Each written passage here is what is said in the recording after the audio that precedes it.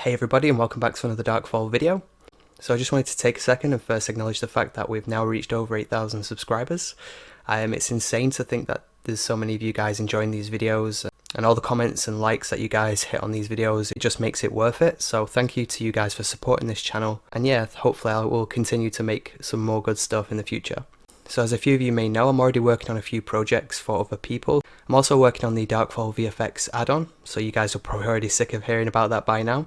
So if you don't know what I'm talking about, if you click the card up here, it will take you to the first video in the series. So I will be continuing with the VFX Nodes Add-on, that's always going to be a continued thing.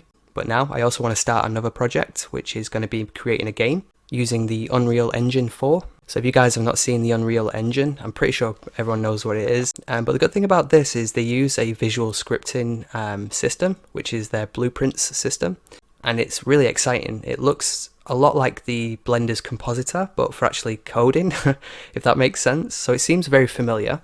So these videos, they're not going to be about me teaching you how to use it, since I'm still learning it myself, but it's more to show you the process, how I'm doing it, and maybe you can learn from my mistakes. So I know there's quite a few of you guys who actually use Unity and Unreal, so no doubt you guys will give me some suggestions and tips along the way. I'll definitely appreciate that support. So I just wanted to let you guys know what my next project is, and I will be releasing weekly videos on how it's coming along.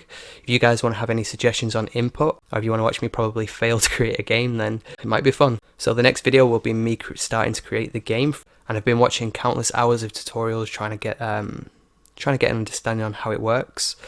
So I know the basics, all the advanced stuff will come later, and again, hopefully you guys will help me out with that. So yeah, thanks to you guys for continuing to support this channel, and hopefully I'll see you in the next video.